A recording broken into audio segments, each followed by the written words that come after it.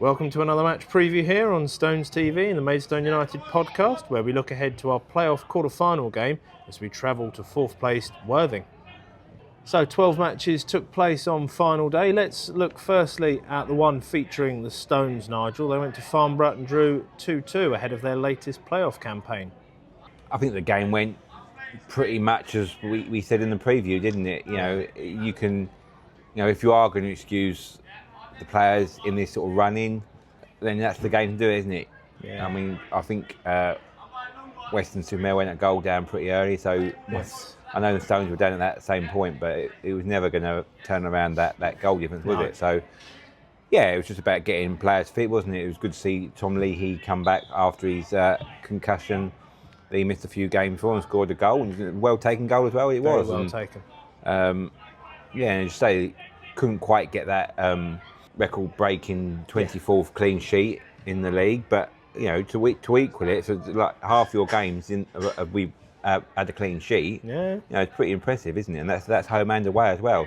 It was just one of those, wasn't it? Really, it was just about going into the playoffs in the best sort of, not form as such, but getting players minutes, like Kipriano, who's come and got his assist there, as you said. Yeah. So he got some minutes under his belt, and Greenwich as well, of course. Greenwich, exactly. He's been out for a little while, hasn't he? So it's just, as I say, it's just getting those players some minutes, and good to see Lenny Holden come on and get a few league minutes. Yeah, league minutes in goal for actually. At the end of the season, but because it was Farnborough, the home game, that he come on and he scored a goal, didn't he? So it's good. You need all your squad together and raring to go in these playoff situations, isn't it? Because we now know our path, as we'll come on to shortly. So, it's 3 games for our season, isn't it? That's what it's come down to, and that was always the aim at the beginning of the season, to make the playoffs, and we've achieved that. So to the other 11 matches in National League South, 4 others had nothing riding on them, like our match. Relegated Aveley hosted Safe Bath, that finished 2 apiece. The hosts finished with 9 men in that one. Safe Chippenham hosted also Safe Hornchurch, and it was Hornchurch who ran out comfortable 4-0 winners. Safe Hampton and Richmond travelled to Safe Slough, and the hosts won 1-0. Relegated Weymouth hosted Safe Chelmsford, and the away side won 6-1. 32-minute rough hat-trick for half of their goals in that game that afternoon. And to the 7 matches that affected both the top and the bottom of the division. At the bottom, it was 1 from 3, and at the top, it was 1 from 6 to go up. So that heart-stopping scenario that we had mentioned last time out here, that there was a world where all 6 teams could finish on 86 points, and it would come down to goal difference. Fortunately, didn't go that close, but close enough. Dorking started the day in 6th, hosting already safe Chesham. McShane and Murphy's late goals saw the Wanderers run out 2-0 winners. Boreham Wood started the day in 5th and travelled to Tunbridge Angels. The visitors won 3-1. They were 3-0 up inside 49 minutes through Rush, Claydon and Illisanmi before Jack Wood pulled one back for the Angels. Worthing started the day in 4th and travelled to relegation-threatened Enfield Town, who knew a point would be enough to ensure a second season at this level, and that would relegate either St Albans or Salisbury. The visitors won 5-1 in the end. Ray, a Spong penalty, a foul brace, a Dillon consolation, and then Nash with Worthing's 5th finishing off the rout, meaning Enfield had to wait for other results to see if they had secured their safety. Eastbourne Borough started the day in 3rd spot, and they hosted 8th place Weston-super-Mare. Of course, Weston were unable to make that 16 or 17 goal swing, and wasn't helped out by that red card inside the first 15 minutes for Emlyn Lewis. And it finished 3-0 to the Borough, with goals from Woolard, Innocent and Clark before half-time. Gubadebo finished the scoring. They go an entire season unbeaten at home in the league. The first time that's happened at this level in 12 years since Welling United, the last side to manage that feat when they went up as champions. Torquay started the day in 2nd place. They were just 2 goals behind Truro. They travelled to Hemel Hempstead Town and ran out 4-1 winners. Young started the scoring, and then a Cook hat-trick with an Ogungbo consolation during Cook's 36-minute hat-trick. That meant all eyes were on Truro. They started the day in 1st place. They hosted relegation-threatened St Albans. They needed to better Salisbury's result at Welling to guarantee survival. And within the first 10 minutes, Truro were 3-0 up. They had goals from Jeffcott, Fisher-Johnson and Harvey. It eventually finished 5-2, with Smith and Mason getting goals back for the Saints either side of Riley Lowe and Andrew Neal. Not that one. That meant they were promoted as champions, and St Albans were relegated alongside Aveley, Weymouth and Welling, with Salisbury, who drew 1-1 at Welling, and Enfield staying up. That meant the top 8 finished pretty much the same as it was at kick-off. Weston remained in 8th on 75 points. The Stones stayed in 7th on 79 points. 6th place went to Dorking on 84. 5th place went to Borehamwood. They finished on 86 points. 4th place, Worthing on 88 points. 3rd place went to Eastbourne Borough, also on 88 points, ahead of their coastal rivals on goal difference. 2nd place went to Torquay on 89 points, and therefore 1st place remained with Truro on 89 points. They win the league by just 2 goals in the end. So Nigel, hashtag never dull in South, hashtag key issues at both ends decided inside the first 10 minutes, hashtag damp squib. Like we've said before, isn't it? You know, John Askey would have had them players like really psyched up for that game. He's won championships at a higher level, so he knows what it takes. He would have made him aware that all his hard work this season. And let's not forget, the miles that Truro have to do. Cool. Yeah. It's more than most teams. So a lot of the travelling, and it's going to get worse next year, incidentally, for them. A lot. With Carlisle coming down from the Football League. But Gateshead, I did see, was actually the longer trip of the two, ahead of Carlisle. Yeah, so again, it's out of the frying pan into the fire. Yeah, but exactly, it's like that's a problem they've got to face next year, and it's a good problem to have. But they've been the form team over the, or stayed the course. No team sort of run away with the league, have they? But they've just shown that level of consistency to come out on top on the last game of the season, and that's the old adage, isn't it? It doesn't matter who's top on Christmas Day or New Year's Day or any other match day you want to say, but it's who's top on that last day, and they are by 2 goals, and they get a crack at the National League. Yeah, first Cornish side in the National League, rather the top level of National League. So congratulations from everyone at Maidstone United on your achievement, and hopefully see you up there. So at various points during Saturday afternoon, we were visiting Worthing at 3 p.m, then Eastbourne, then Borehamwood, then Worthing again come half time, and that's how it stayed. So all of that meant the playoff schedule would be as follows in the National League South. On Tuesday, the 29th of April, 5th placed Borehamwood will host 6th placed Dorking Wanderers. They did finish on 86 points. I did them a disservice a minute ago, so if you spotted the deliberate mistake, 10 house points to Grufflepuff, Gryffindor, whatever it is. Wednesday the 30th of April, the one that matters most to us, 4th place Worthing will host our 7th placed Maidstone United. The winner of Tuesday's tie will then travel to 2nd place Torquay on Saturday the 3rd of May. The winner of the tie involving the Stones will travel to 3rd place Eastbourne Borough on Sunday the 4th of May.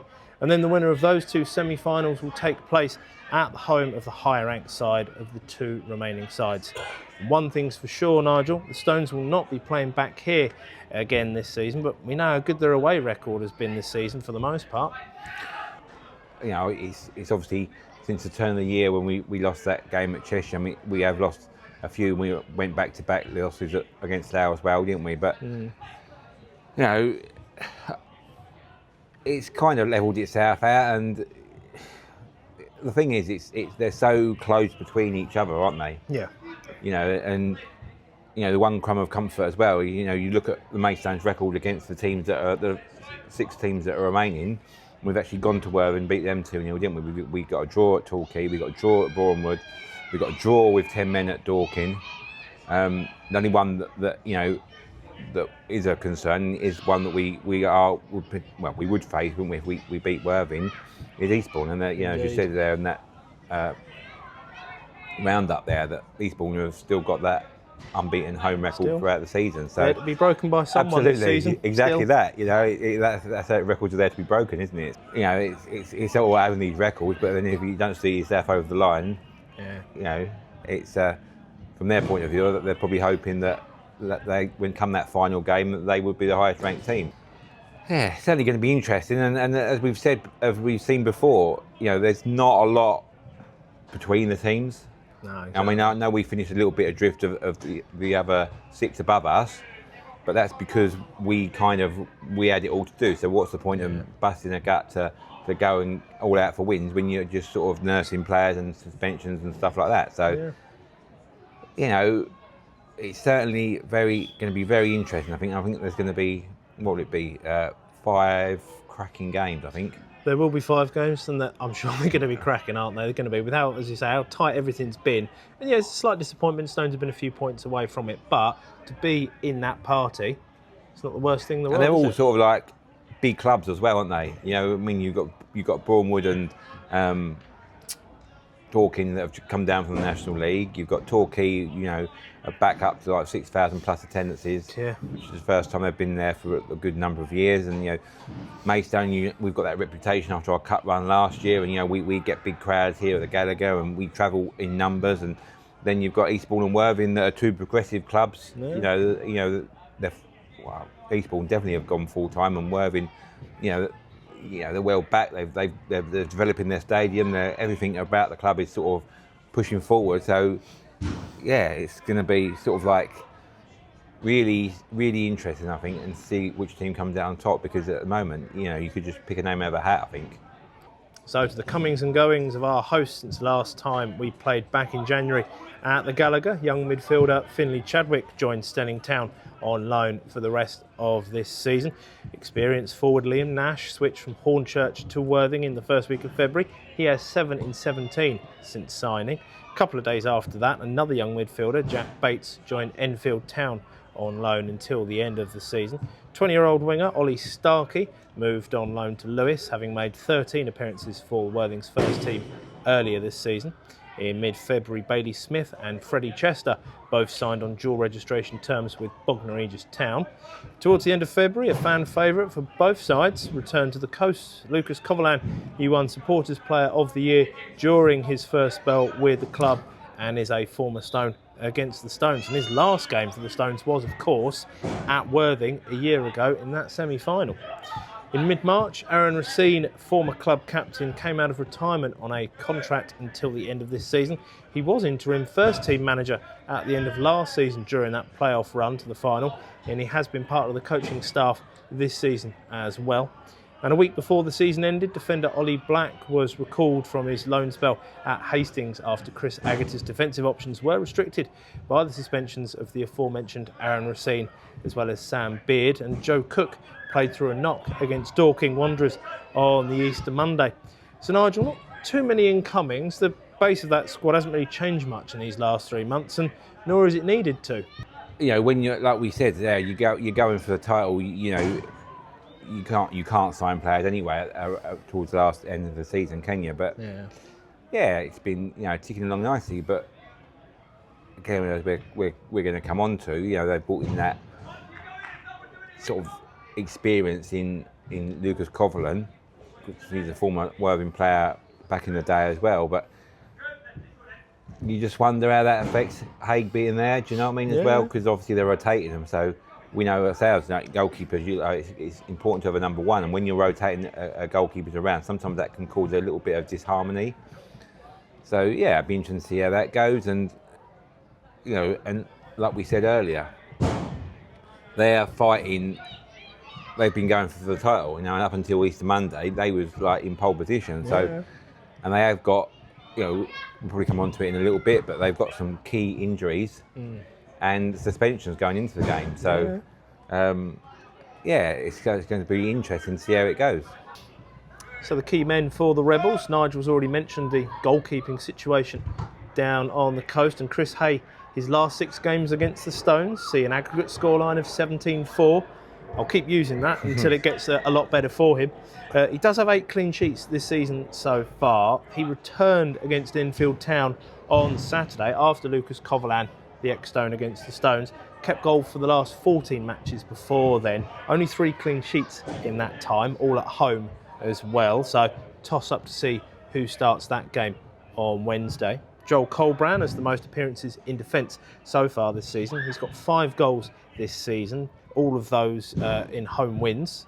Danny Cashman is now on to 16 goals in the league for Worthing. He was on 11 for our last meeting and then proceeded to score 5 in the month of March and has featured in almost every game so far this season, but he is injured ahead of this big clash.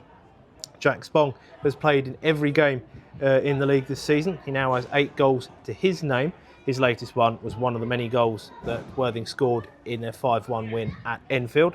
And Mo Farl, second top scorer behind Cashman, and another ex-Stone against the Stones. Again, of course, he scored the winner at the Gallagher 3 months ago for Worthing. And he has a pair of braces in the last couple of weeks at home to Chippenham, most recently away at Enfield. So Nigel, same old Worthing, same spine as last time, and it's been exceptionally effective all season long. Yeah, it's very interesting, isn't it? I mean, people are saying, that obviously we played them last year. They ended our playoff campaign last season, didn't they? And it's Mo Farl's part of our team then, and and Lucas as well, and so these strikers, they're quality strikers, and I mean Matt Rush as well. He's gone to Boreham Wood, and but for that's what I'm saying about these games being so close. Matt Rush hit the post and in that final 5 minutes, and then they instantly broke up the other end, and Ollie Pearce bagged the winner. That's, I think it's going to come down to moments like that. It's like a sliding doors moment, and let's not forget as well that Aaron Blair scored the goal for Braintree that they then beat Worthing. So all these top players, I'm saying, they all move around these top clubs, and they're all really good players. They're all game-changing players. We're going into it with the best defence in the league, as we've mentioned. Them 23 clean sheets. Temi and George Fowler, have all been like rocks at the back, haven't they? And so we are hard to beat. I mentioned the C word, but that's the one that comes down to it. Yeah. And the Chelmsford was the only one that we really conceded a lot of goals for. And you take them goals off of our goals we've conceded this year, it's even more impressive, isn't it? Exactly. So from that point we have been rock solid.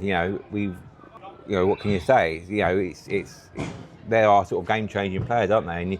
And I've said it all along. We're going to have, there's going to be a hero. There's going to be a Joel Pell. There's going to be a Dee. Someone's going to be in there that's going to create that little bit of magic, and maybe not for longevity, but that one moment they'll be like, never have to buy a beer in Maidstone again. Do you know what I mean? Yeah. If you last minute and they get the goal, or they go on like a purple patch free game, maybe it's Tom Lee. He's coming back. He's got his goal. Well, like Matt Bentley did at the end of last season, didn't he? Exactly. Yeah. Exactly. Yeah. Same with Lee. Yeah. Exactly. He's got a goal in that Weldy goal, didn't he? At the end of that Hampton Richmond game at the end of the season. And then he scored the equaliser down at Worthing in the playoff game, and he was quite influential in all of those games. Yeah, it's going to come down for small moments like that, and again, like I've said to it, Chris Agger's a new manager at this level. He's, it's going to that dressing room is going to be deflated. It's going to be down. It's going to be, 2 weeks ago it was in their hands. Yeah. They was in prime position. If they had won both their last 2 games, they'd have gone up. So you've now got to get the players up, and you've literally lost your talisman as well. He's injured. You know what I mean? It's how the players, they could have a galvanising effect, and they can right, we're going to do this and stick together and back to the walls mentality. But then Maidstone are going to come into that because they're feeling that they missed a few opportunities because we had that run, and up until the new year we were the form team, and we now actually hit the top. We never ended a match day on the top. We're probably only one of those 6 other 6 teams all led the table at some stage of the season. But you hear the interviews and that from the team, and they're confident. They're a confident bunch. They know the talent that's in that dressing room, and they know what's there to come. And look at big players like Charlie Seaman, Ben Brooks. Them crosses that are coming in, and if they can consistently get those in, and I'll still say Ben Brooks has got a free kick in him to score from open plays. We know he's record on the penalties, but we saw it in pre-season, didn't we, when he got that sort of bending shot from outside the box, and so it's definitely in his locker. So all these players, this is their chance to shine. It's do or die, and sometimes that brings out the best in a team if it's like back to the walls mentality. Optimism coursing through the veins here. Oh, you know me, I haven't got a negative bone in my body, although you're always looking for the positives. But yeah, the facts are there. They're not. It's not blind optimism, is it? The facts are there. We have got the best defence in the league. We have got all those clean sheets. Alexis Andre Jr. He's had that full season behind him now. Yes, he had a few early mistakes in the season, early part of the season, and we had that sort of dodgy start. But since the Bath away game, it's just it's so much better. And George made that claim like he was the best goalkeeper in the league, and some of the performances and some of the saves he made in some of those games that we did have the big win, it was his moments and big saves at key times that allowed us to go and put those wins together and get those big scores on the board. So Worthing's form since last we met here at the end of January, and how they got to their 4th position in the table. They had their loss at home to Rochdale in the FA Trophy, of course, and then 19 league games, including 11 at home and just 8 on the road after their stadium work at the start of the season, of course. Their away form saw them win 4, draw 1 at Eastbourne, crucially, over the Easter weekend, and 3 defeats at Slough, Welling and Hornchurch. Whilst at home in those 11 games, they won 7, they drew 2 against Torquay, and Worthing only lost 2 against Farnborough and champions Truro. 7 home wins and 2 draws in recent years before a pair of away wins so far in this fixture this season, Nigel. So what odds on a 3rd away win this season in this fixture? There's every odds that there's no away fixture. And let's not forget, there can't be a draw, so there's got to be a winner somewhere, whether it goes to extra time and penalties, It's there has to be a winner, so it's a 50-50 chance, isn't it, really? Yeah. And I've said it all season as well. We're better because we play that high press game. We seem to play better on the counter attack than because we play off the shoulder, and you've got people like Aaron Blair and Tom Leahy, now supporting him, and then you've got Shaq to come off the bench and Shaq Poke as well, in there as well. He's finding a little bit of form and a bit of minutes in the team. So yeah, I think there's every chance that we could get a result, whether that be in 90 minutes or after extra time. But I definitely think that we'll and also the stats back it up. I think from some of these body cams that they all wear and that, we do the most running out of most of the other teams. We're a very fit team, and we close down. We've got that high, as I say, we've got that high press, and we've got that speed and attack as well that we can counter attack and make it count. Start attack. Note to self: record a better theme tune than that. A few stats to instill you with some confidence to exude from what Nigel's already given us so far.